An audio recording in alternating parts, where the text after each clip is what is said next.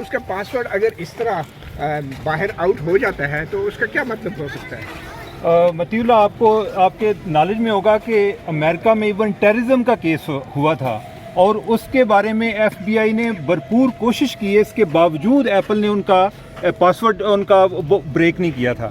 یہ بڑی پروٹیکشن کا ایشو ہے، اور اس میں صرف یہ بات نہیں ہے، ایک تو یہ ہے کہ ان کا ایک ہیئر سے انہوں نے پکڑا ہے کہ ایک بندے کو کوئی ان کے پاس ایویڈنس نہیں ہے ابھی تک، یہ ندامت کے مارے کوئی اور ادھر ادھر آئیں بائیں شائیں کر رہے ہیں ایک تو، اور دوسری بات یہ ہے کہ کیا آپ نے اگر جنرل باجوہ کا اس میں دیکھنا ہے کہ کیا اس بندے نے آگے ریکارڈ بھیجا تھا، تو اگر وہ آپ کو نہیں ملتا، کیا یا تو آپ کی ہونا کہ کوئی ایک پرٹیکولر انفارمیشن دیکھنی ہو، آپ پورا موبائل چیک کریں گے؟ کوئی جرنلسٹ یہ افورڈ کر ہی نہیں سکتا، اور ان کو جو ہے ان کو کوئی ان کے پاس کوئی پیسے سفیشینٹ ایویڈنس ہونی چاہیے تھی ایک بندے کے بیان پہ، اور وہ بندہ بیان کیا دے رہا ہے؟ وہ بیان یہ ہے جی کہ اس نے میرا رابطہ کرایا تھا۔ اب رابطہ اس نے 5 سال پہلے کرایا ہوگا، رابطے کا کیا مطلب ہے کہ انفارمیشن بھی وہ پاس آن کر رہا ہے؟ تو یہ انتہائی ریڈیکولس ایکٹ ہے۔ اور اس سے لوگوں کا جو جاننے کا حق ہے، رائٹ ٹو انفارمیشن، وہ کیسے متاثر ہو سکتا ہے جب سارے ذرائع یا ان کے نام کسی سرکاری اتھارٹی کے ہاتھ لگ جائے تو آئندہ کوئی صحافیوں کو کوئی خبر کیسے دے گا؟ نہیں، کوئی نہیں دے گا۔ یہ ایک میسج ہے، یہ ایک جرنلسٹوں کے لیے بھی میسج ہے، اور یہ جو ان کے پوٹینشیل سورسز ہیں جو ان کے ساتھ انفارمیشن شیئر کرتے ہیں ان کے لیے بھی میسج ہے کہ آپ نے آئندہ کسی کے ساتھ نہیں کرنا، ہم دونوں کو ایک عبرت کا نشانہ بنائیں گے۔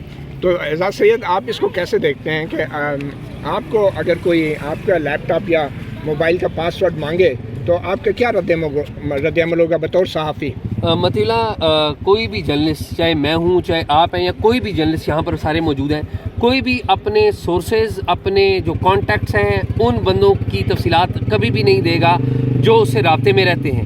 کبھی بھی ایسا نہیں ہوتا، کیونکہ جو جرنلسٹ ہیں ان کی ذمہ داری ہوتی ہے کہ وہ جن لوگوں سے وہ رابطے میں رہتے ہیں ان کو تحفظ دیں اور ان کا ایک ٹرسٹ رکھیں۔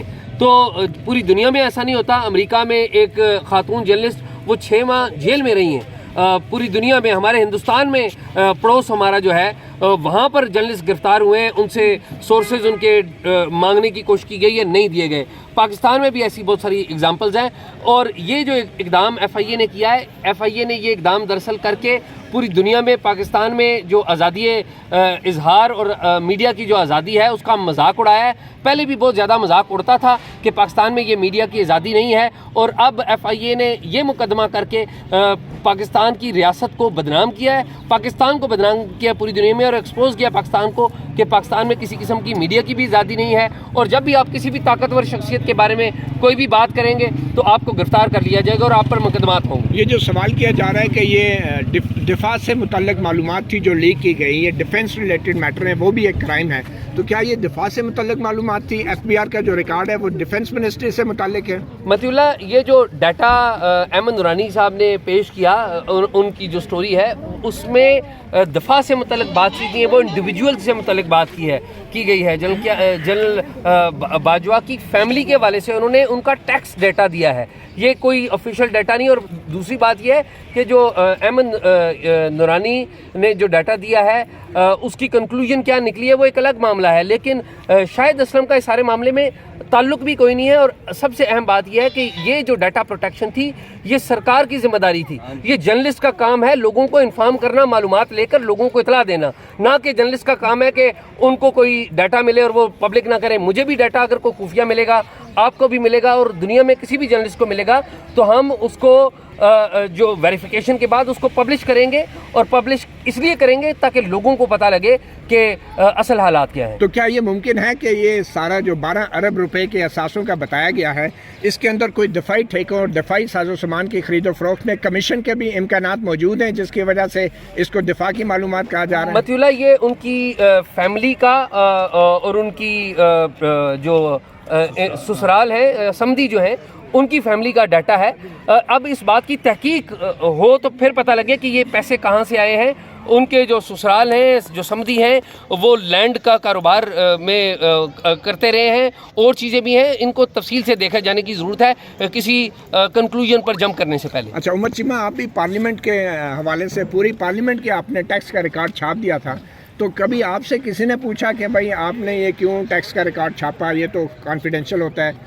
نہیں وہ جب میں نے چھاپا تھا اس ٹائم ایک ایف بی آر کی ایک انٹرنل انویسٹیگیشن ضرور ہوئی تھی، لیکن میرے سے کسی بندے نے رابطہ نہیں کیا کہ آپ نے کس طرح جرت کی. اور متی اللہ ایک انٹرنیشنل لیول پہ پاناما پیپر ایک بہت بڑی اگزامپل ہے. یا ہم نے ریسنٹلی ایک سوئس بینک کے بارے میں کیا ہے، وہ ایک بہت بڑی اگزامپل ہے. جن جرنلسٹوں نے وہ انفارمیشن دی ہے ان کے خلاف آج تک کوئی کارروائی نہیں ہوئی، اور یہ ہو بھی نہیں سکتی. یہ کسی بھی کوئی سٹینڈرڈ سے آپ ان کو نہیں کہہ سکتے. اس کا مطلب ہے کہ کیا آپ جو ہے ایک اگر ہم کوئی فریڈم آف انفارمیشن لا کے تحت بھی کوئی انفارمیشن لینا چاہیں آپ وہ بھی نہیں دیتے. اگر کوئی انفارملی گین کرتا ہے تو آپ کو اس پر بھی اعتراض ہے. اور اس معاملے میں جو شاہد اسلم کا کیس ہے یہ بڑا سنگین اس لحاظ سے ہے کہ کسی کو بھی آپ شک کی بنیاد پر اٹھا لیں. میں آپ کو یہ گارنٹی دیتا ہوں، میں پورے دعوے کے ساتھ بات کر رہا ہوں کہ شاہد کا اس کیس کے ساتھ کوئی رول نہیں ہے. ٹھیک ہے، اب یہ ہے کہ کل کو مجھے اٹھا لے جی کہ آپ کا جو ہے مندورانی آپ بھی جاننے والا ہے آپ کا، تو ہمیں لگتا ہے جی کہ آپ نے ڈیٹا دیا ہے. آپ جو ہے میرا سارا ریکارڈ میرے سے پاسورڈ لے کے میں اپنے سارے سورسز ایکسپوز کر دوں، میں ساری انفارمیشن ایکسپوز کر دوں. یہ تو ایک بہت یہ ایک بڑا سیریس کیس ہے. یہ لوگوں کی جان کو بھی خطرے میں جانوں کے خطرے میں ڈالے گا، اور یہ ایک نیا پریسیڈنٹ سیٹ ہو جائے گا. اور میرا خیال ہے کہ شاہد کو کسی صورت میں یہ ڈیٹا ان کو پاسورڈ پرووائڈ نہیں کرنا چاہیے. یہ انتہائی سنگین قسم کا مذاق ہے. اور یہ آرٹیکل 19 اور پاکستان میں صحافت کے مستقبل کے لیے اس کے کیا اثرات مرتب ہو سکتے ہیں؟ دیکھیں یہ بڑا ڈینجرس ہے، اور خاص طور پہ انویسٹیگیٹو جرنلزم کے حوالے سے یہ بہت ڈینجرس ہے. آپ دیکھیں کہ جب وہ پہلے وہ رانا ابرار نے توشاہانہ کا کیس منگوایا اور وہ فریڈم آف انفارمیشن لا کے تحت کر رہا تھا، رائٹ ٹو انفارمیشن لا کے تحت. اچھا، اس نے بھی شکایت کی کہ مجھے دھمکیاں دی جا رہی ہیں. آپ لوگوں کو فارمل طریقے سے بھی نہیں کرنے دیتے. اگر کوئی انفارمل طریقے سے کوئی ڈیٹا گین کرتا ہے آپ کو تو یہ چاہیے کہ وسل بلوور پروٹیکشن ایکٹ بنائیں کہ اگر کوئی لگتا ہے کسی کو کہ انٹرنلی کو پرابلم ہو رہا ہے اور اس کا ادارہ اس کو سننے کو تیار نہیں ہے تو وہ کسی کو آگے انفارمیشن پرووائڈ کر سکتا ہے. آپ کو پروٹیکشن پرووائڈ کرنی چاہیے ان کو. آپ بجائے کہ ان لوگوں کو آپ نے پہلے جیل میں بھیج دیا ہے، دوسرا آپ جو جرنلسٹ ہیں ان کو شک کی بنیاد پہ اٹھا رہے ہیں. آپ کے پاس کوئی ایویڈنس نہیں اس ہے. سارے عمل میں آپ وزیر داخلہ کے رول کو کیسے دیکھتے ہیں؟ وزیر داخلہ کا انتہائی مایوس کن رول ہے. اب کیا وزیر داخلہ کے نالج میں نہیں ہے آپ کے خیال میں؟ وزیر داخلہ آپ خود جو 6 ماہ جیل میں رہ کے آئے تھے وہ ان کو یاد ہے.